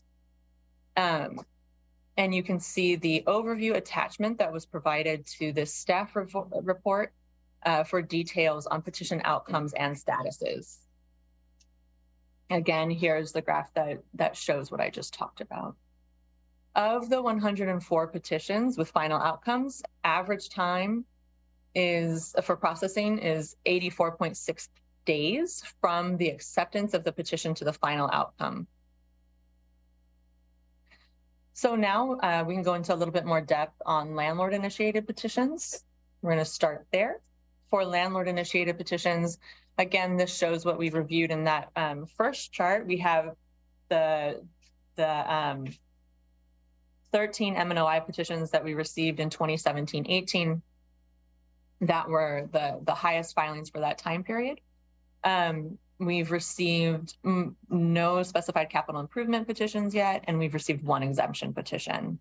Of the 14 MNOI landlord petitions that entered into the formal hearing process, 79% were finalized through the hearing or pre-hearing settlement process, and 21%, which is representative of 3 petitions, were appealed to the RHC. For the, and I just went over this a little bit, this should say that this represents 100% of landlord petitions. Please excuse this slide. 20 MNOI petitions have been filed since 2017-18, and the greatest number, again, was filed in that 2017-18 time period during our first fiscal year of accepting petitions. And this is common in most jurisdictions. You typically see the most number of MNOI petitions when you're closest to that initial base rent year. So for specified capital improvement petitions, this petition process allows landlords to request increases above the AGA for specified capital improvements. The forms and workbooks from staff will be available shortly. They'll be being posted in English this week on our website. Parties are able to file using their own forms and following the instructions outlined in the regulations since 2021. We have not received any of these to date. And then we have exemption petitions, which you approved and adopted regulations for in fiscal year 2021-22. One exemption petition has been filed to date, and the request was denied by the hearing officer. For tenant-initiated petitions, we have the following overview. So as we discussed, the regulations in the CSFRA allow tenants to file petitions with the city requesting adjustments in rent should their landlord be in violation of a section of the CSFRA or MHRSO, or if a banked rent increase may pose an undue tenant hardship. Then they can also file that new or additional housing services petition as well, which was adopted in fiscal year 2020-2021. For unlawful rent petitions, tenants can request a downward adjustment of rent if they've received an unlawful rent increase or if their landlord has been in violation of some other part of the CSFRA. We've had 35 of these filed since fiscal year 2017-18, which is when these became available. This represents 31% of all tenant petitions. And the greatest number was filed in the second year of the program, fiscal year 2018-19. Many of these were related to rent rollbacks not being given. We received 2 unlawful rent petitions in 2019-20 and 2020-21. And then in December of 2020, staff began receiving inquiries about potentially excessive rent increases related to multi-month concessions, primarily given during the height of the pandemic. Tenants began filing unlawful rent petitions to determine their base rent related to concessions in the middle of the fiscal year of 2021-22. And in June, the RHC adopted regulations clarifying the definition of base rent related to concessions. The second type of petition that tenants can file are the failure to maintain habitable premise or reduction in housing services petitions. Those have been available since the start of the program in fiscal year 2017-2018. And since then, 34 petitions have been filed for this type of petition, representing 30% of tenant petitions. The greatest number of these were filed in fiscal year 2020-2021. And these were particularly for 2 properties, and they were due to alleged reductions in housing services related to the COVID-19 pandemic. So a group of tenants at these 2 different properties filed petitions respectively together, separate petitions, separate processes. They were processed together in what we call a consolidated petition process. The outcomes differed for the 2 properties. For fiscal year 2021 and 22 and fiscal year 22-23, additional inquiries have been received about habitability issues from tenants that are attending the Housing and Eviction Help Center. The third group of petitions are those undue tenant hardship petitions that can be filed in response to a banked rent increase notice or as a response to an upward adjustment of rent petition filed with the city by landlords. Like we talked about earlier, we had 43 of those filed in filed with the program since fiscal year 2018-19, representing 38% of tenant petitions. And the greatest number of those were filed in the first year that they were accepted. So that, again, that's 2018-19. Of the 30 undue tenant hardship petitions filed by tenants in 2018-19, 60% were filed in response to landlord MNOI petitions. And then the last type of petition that a tenant can initiate are those newer additional housing services petitions. They allow tenants and landlords to file a joint petition for an increase of rent or allow for a one-time payment from tenant to landlord. Tenants must initiate the process, and newer additional housing services petition forms and workbooks will be available mid-December of 2022 on the website in English, and then we'll follow that up with getting them in other languages as well. Parties will be able to file using their own have been able to file using their own forms and following the instructions outlined in the regulations since 2021, and none have been filed to date. As I go, are there any questions about petitions before I jump into the hearing officer update?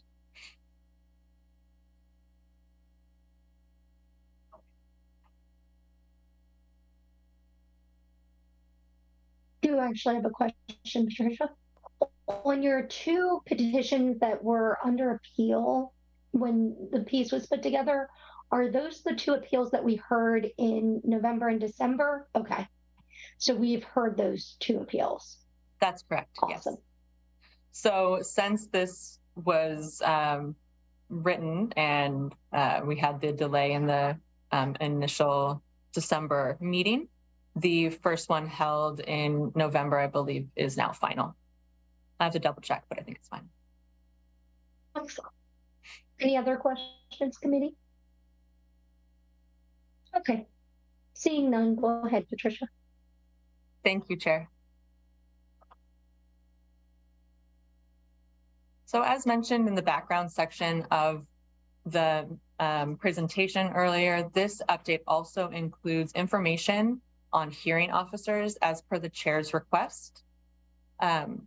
City staff provides hearing administrative and related support for the petition process. We help with all of the intake. We help both tenants and landlords understand the process, and we provide support to the hearing officers as well. Once it's processed, we then hand this off to the hearing officer. We provide them with all of the documentation and all of the support that they need to actually adjudicate the petition process. They are independent adjudicators who decide the outcomes of the petition. We do not have oversight of that. And then also Project Sentinel oversees the hearing officer contracts and recruitment and issues requests for qualifications when requested by city staff. So here's an overview of what the hearing officers do. They review the forms, the communications, and the documentation provided by parties to the petition. They determine the hearing record based on communication and documentation provided by all parties. They issue orders, they oversee and hold the hearings, and they write and issue the decision 30 days after the hearing record closes. Most of the time, the hearing record closes at the hearing. They also order and attend property inspections if they so choose. That's part of their purview. They request clarification or additional documentation from the affected parties.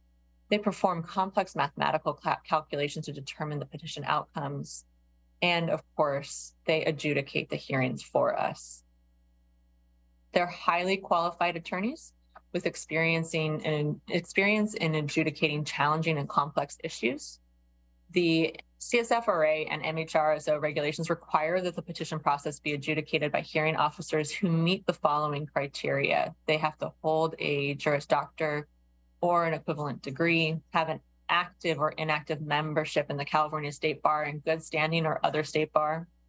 And they have to have experience, including serving as a judge, commissioner, or other judicial officer for more than 1 year, serving as a hearing officer, an administrative law judge, or equivalent position for a public entity for more than 3 years, served as an arbitrator or heard at least 5 arbitration proceedings that required hearing witnesses, examining evidence, and issuing a written decision, or served as a hearing officer or arbitrator for a binding rental dispute program and held that position for more than 2 years and issued written decisions in that position. So they are, again, very qualified to perform the duties that we request of them.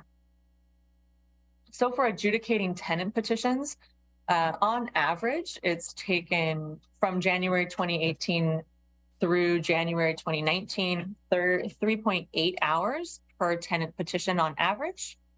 And since July of 2019 through the current fiscal year, that has ticked up to 8.8 hours on average per tenant petition. And this is a change in the complexity of the petitions.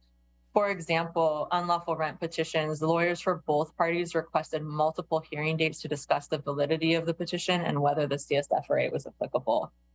So it's just the details are far more complex at this time than they were when we initially started the program. For landlord petitions, the time spent varied depending on a variety of factors, including the number of units in the building, the number of parties involved in the petition, the number of affected units in the petition. You do not have to file a petition for all of the units on your building. So there is a difference. That's the difference between the number of units in the building and the number of affected units. There are claims of habitability, overdue maintenance, and or hardship. So all of these things affect how long it takes for the landlord petitions to be adjudicated by the hearing officer. For example, one petition that affected only 10 units with thorough documentation submitted by the landlord and had no issues raised by tenants or discovered by the hearing officers took 11 hours to process and issue a decision, whereas 3 petitions where hardship petitions were submitted and or habitability issues were raised by the affected tenants led to 27 to 30 hours to process and issue decisions. So if anything, our hearing officers are very thorough and want to make sure that they do their best to follow all of the regulations and get strong decisions out for the committee. Hearing officers also provide feedback to staff through quarterly meetings. So then staff takes this feedback into account and works to further streamline the process or improve the process for the petitions. You'll see these actions and changes in our development of potential regulations presented to the RHC, updates to templates and forms, clarification and adjustments to timelines and schedules, and updated trainings and quarterly meetings. Again, whenever anything changes on your end, when you update regulations, when you bring new petition processes to us, the hearing officers have to be trained on that to make sure that they're adjudicating the petitions correctly. And we're going to continue this process to enhance the petition program by doing the following in the current fiscal year. So we'll be updating, finalizing, and releasing multi-language petition forms and workbooks for both the new petitions for the CSFRA and for the MHRSO. We're pretty close at this. They have to be updated quite frequently, but we do a pretty good job of this in general. We'll be implementing the petitions communications plan when those 2 new petitions come online. We want to make sure that everyone knows that they are accessible and available. We'll be releasing phase 4 of the online portal, which we talked about last month during the communications overview, so that landlord petitions can be filed through mvrent.mountainview.gov.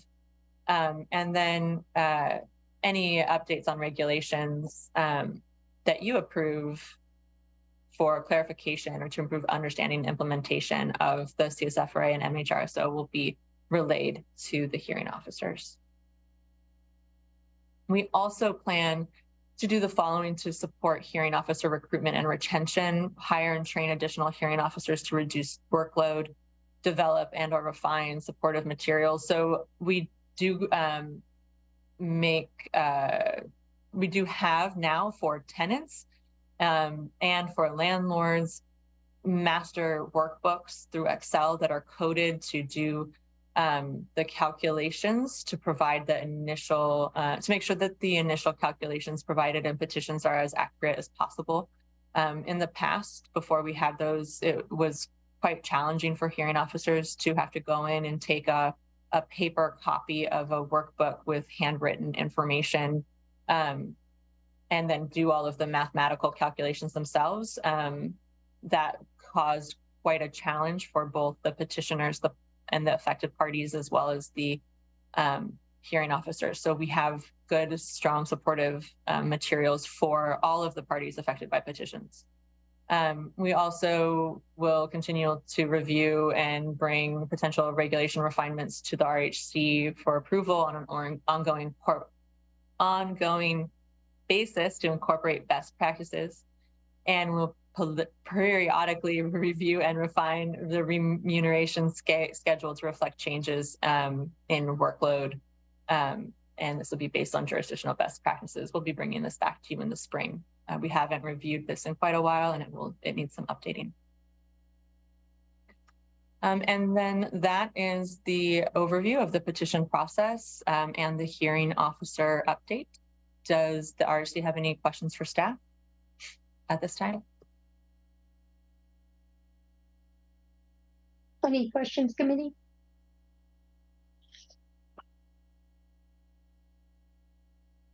Okay. Well, thank you, Patricia. Since I am not seeing any questions, I now invite public comments. Would any member of the public on the line like to provide comment on the petition and hearing officer update item? If so, please click the raise hand button in Zoom or press *9 on your phone. Staff will display a countdown timer on the screen. We have a member of the public that would like to comment. Can we advance Edie to speaking?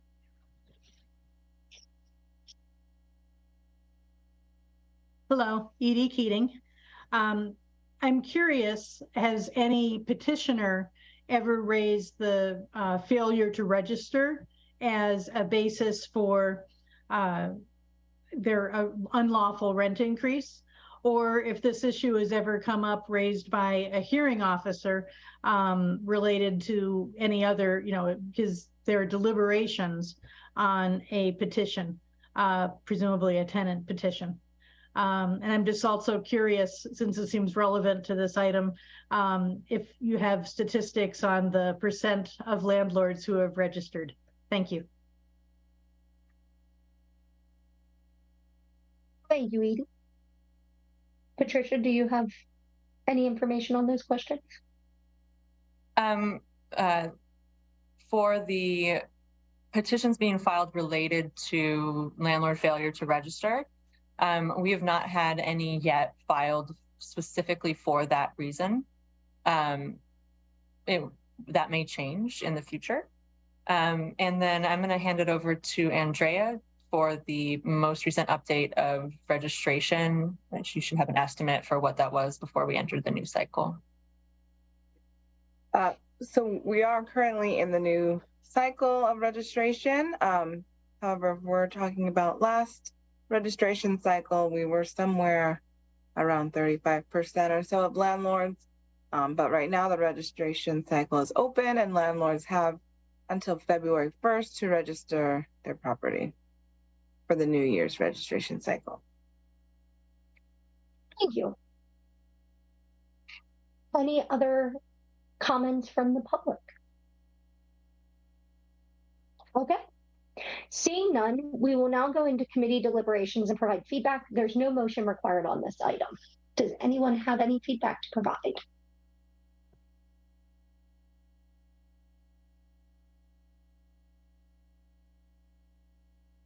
Looks like Vice Chair Ramos. Other than great job, staff, I'm looking forward to seeing more information as we get. Actually, I'm kind of curious if do you anticipate any upticks or down drops in petitions as we move forward with the pandemic, as capital improvement petitions get more implemented, as we get more as we start to, for lack of a better term, get our sticks into place in the new year? Are we looking at any anticipation in changes with how many petitions will be filed, or anything such like that? Staff is anticipating an increase in petitions. We have seen an increase in petitions this year already, as I mentioned earlier. And we do anticipate that to continue as the compliance enforcement goes out, with those follow-up letters that can go to tenants if the compliance issue has not been addressed. And also the concessions issue has increased petitions as well. And then once we do the outreach related to specified capital improvement petitions, we do anticipate an increase for those as well.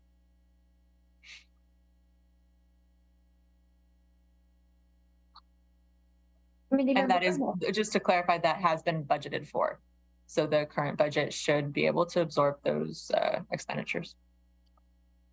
Excellent. Committee Member Grimmel.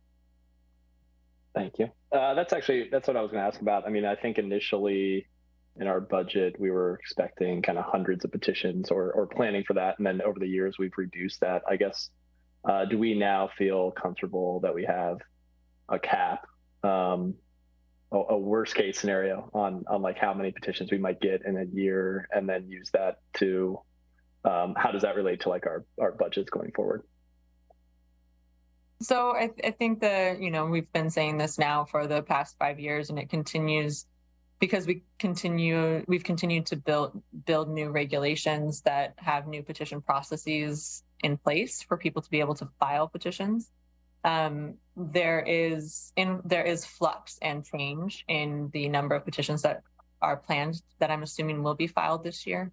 I think we saw a decrease in petitions. Again, as I mentioned at the beginning, the trend line that we were hoping to see is less stable than we would have anticipated because of COVID. And we know that both landlords and tenants did not file petitions in 2020, 2021, and 2022 because of COVID. We've heard that from both sides of this process. So as the market recovers, I anticipate that some of that instability that we've seen will continue, but instead it'll be an increase in petitions instead of a decrease. So I think that we can say that we likely have plenty of funds budgeted, and that will be something that will be consistent, a consistent number instead of consistently being dropped down like we've been doing in the past. But I would also suggest that we continue to be cautious and conscientious with that budgeting to make sure that we continue to have the appropriate number of hearing officers and the appropriate number of funds budgeted should that increase should the petition filings increase. Hopefully that answers your question. I think so. I mean, I definitely agree in having a buffer for sure. I guess my understanding, though, at least from M&OI petitions from other jurisdictions, is that would go to zero or almost zero at some point. And I think we're kind of seeing that from the landlord side. Capital improved. Sorry, yeah, go ahead. For that, a lot of jurisdictions, and we were anticipating it as well, we haven't seen it yet, but we were anticipating a potential influx in M&OI petitions related to the losses around COVID. So that is something that other jurisdictions have seen. We've been anticipating that. We haven't seen it yet. It might have something to do with turnover rates. So that'll be interesting to see if that pans out. LA County has had a significant influx of them. So we are cautious about that. We have had a few inquiries in the past year. We actually had one petition that was almost filed for a very large property. That one might come back.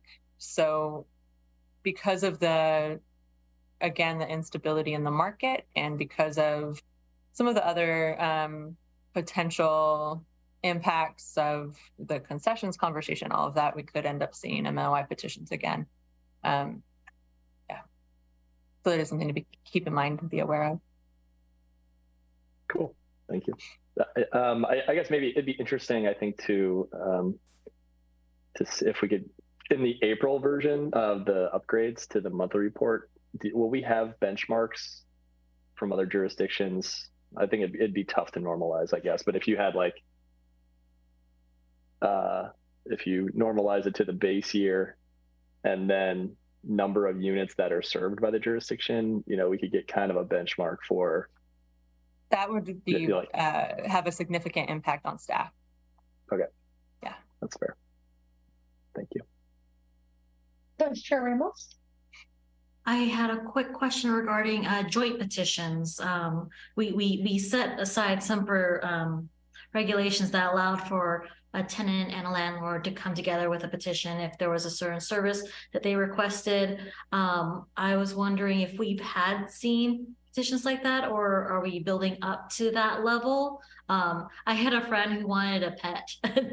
She was just like, how do I do that? And my landlord says that he doesn't want to worry about increasing the rent. And I told her it was like, oh, the joint petitions, but I don't think there was like something she could easily click and download quite yet. Right. So those are going to be available on the website this week. Before then, people could file them of their own accord. But yeah, that is something that is about to be available, and then probably by January we'll have it in our other languages as well as English. Wonderful. She'll get to have her pet.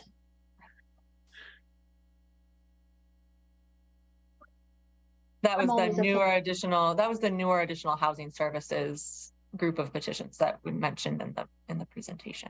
Yeah. Joint petition's easier to say though. Any other questions or comments? Okay, seeing none, well, thank you, committee members. Thank you, Patricia, for the presentation. We will now move to the committee and staff announcements and updates. I will hand it back to staff for some presentations. Okay, perfect. Thank you. I will start with agenda item 8.1. On the next slide, I think. There we go. So we'll talk about upcoming outreach and other events. So first, we'll look at the Housing and Eviction Help Center.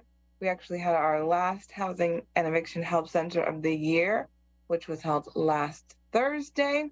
And we also had a webinar for the last hour, or it was actually hybrid webinar and in-person workshop for the last hour of that Housing and Eviction Help Center to help our landlords or mobile home park owners register their properties on the website. So that was the first of our series of landlord registration, hybrid and in-person workshops that we're holding, and they'll go through next year as well. But other things you can do at the Housing and Eviction Help Center, of course, is learn about the city's rent stabilization program and the apply for affordable housing, connect with other sorts of rental assistance programs, including all the programs from CSA. And we are still helping people if they have any lingering issues with their state rent relief application, but there's not too many of those. At this point, it's most of those issues have been resolved and the money has been dispersed for the state program. So also we focus on eviction help. So we help both our tenants and our landlords understand the eviction protections provided in the CSFRA, and we can provide assistance with landlords who are interested in serving eviction notices or have questions about how to upload those online, as well as tenants who receive eviction notices or UD paperwork from their landlord. And sort of going along with that, we do partner with Community Legal Services of East Palo Alto, CLESPA, to provide on-site legal assistance through Zoom. So we have that on-site every first and third Thursday of the month. And they can get, Mountain View residents can get other information about things like food distribution, other types of financial assistance, our mediation program, different homelessness prevention services. We have diaper distribution. We also have a new program through CHOC that's helping women with any sanitary products that they might need. They can get those for free, as well as formula for babies. So that's all available out the Housing and Eviction Help Center.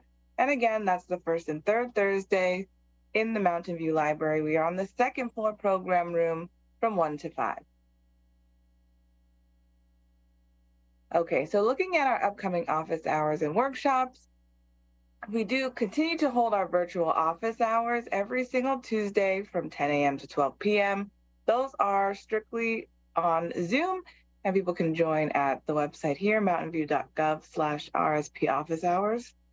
We also have some workshops coming up in the new year. Again, you can see here that the property registration series will continue. So we have one on January 10th, which is Zoom, it's online. And we'll also have one Thursday, January 12th, and that will be hybrid, in person, and held on Zoom. So all of our in-person workshops will also be hybrid, so people can have the opportunity to join online as well for those in-person workshops.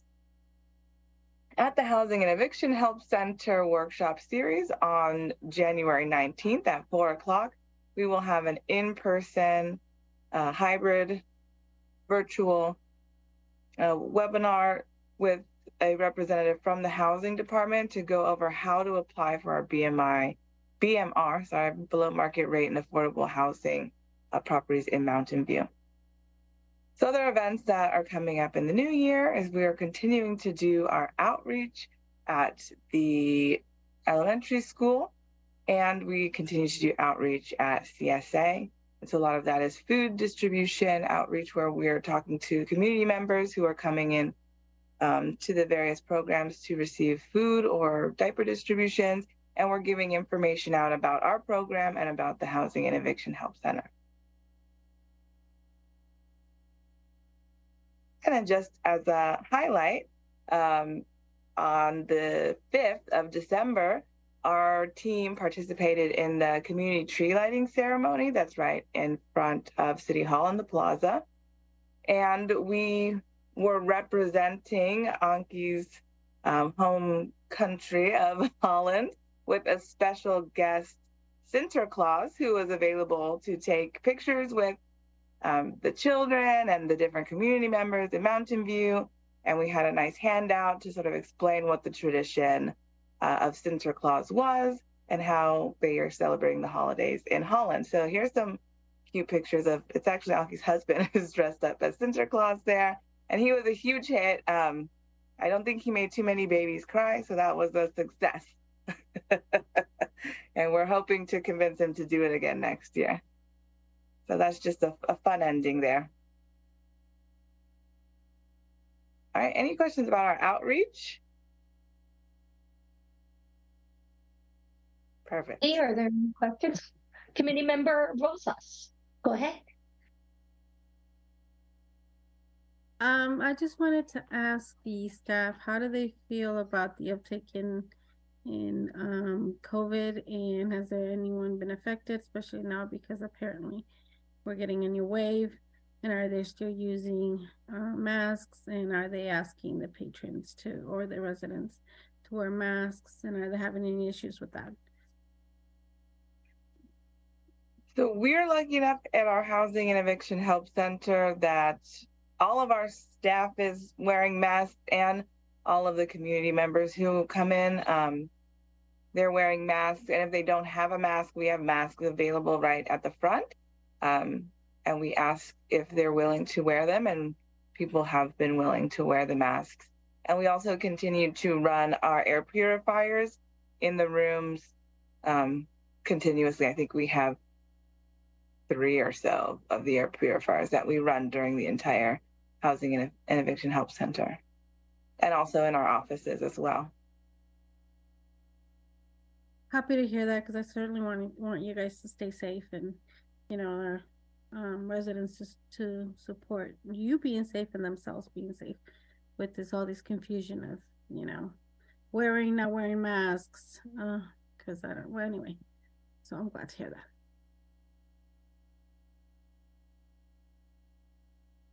I would like to bring up one last item under this agenda item. Is we have to set a date for the beginning of January to adopt one last virtual meeting allowance. So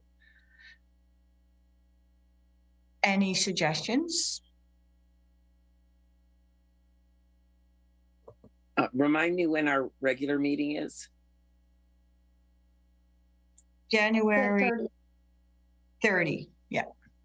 So what if we did one January 15? That's the Sunday of a holiday week. Oh, that's, weekend. I'm not looking at a calendar. You're right, you're right. What about the 9th? I have a conflict. Okay. We could do It a should be a 9. very short meeting. Yeah, it's a 10-minute meeting. And we Yeah. could do a 9-month.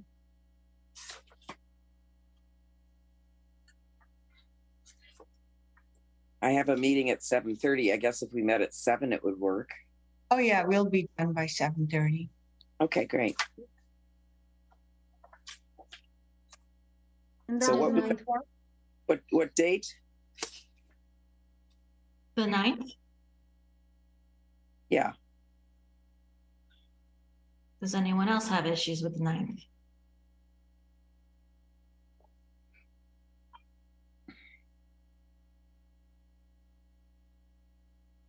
I can do the 9th. I'll just be on a business trip, so my background will be not this, but hopefully a hotel room unless they put me on the street. Well, what happens in Las Vegas stays in Las Vegas. Not that exciting. I know. The next day, the 10th, is the swearing in of our new mayor. Mm. Oh, yay. Well, it's a swearing in or re-swearing in of all the new council members as well. Right. I can't find the January 9th. On my calendar, this is ridiculous. Okay, here it is. All right. Okay. It seems like I could do the 9th. This is gonna be still Zoom, right? Yeah. Okay. So when do we begin the face-to-face or In February? February? Okay, great. And are we going to notify the city? And if we are, how? We're notifying the city of what? That we're not doing Zoom anymore. Oh, they know that. It's a general rule within the city. All committees go back to in person in February. Okay. And can you just tell me, because I have my calendar open right now, what date is the first in person? February 27th. Okay. Thank you. 27. And that's gonna be for us, it's gonna be in the council chambers? Correct. Okay. February 27, I better put it on here before I forget. I'm using a new calendar that I'm not very used to, so. Thank you all. Alrighty. Are there any other questions or announcements from committee members or city staff? Seeing none, this meeting is adjourned at 9:15 p.m. The next Rental Housing Committee meeting is scheduled to be held on Monday, January 9th, 2023 at 7 p.m. That's the one we just set. Everybody have a great Happy holidays to everybody. Happy holidays. Happy holidays. Have a great Happy holidays to everybody. Happy holidays. Happy holidays.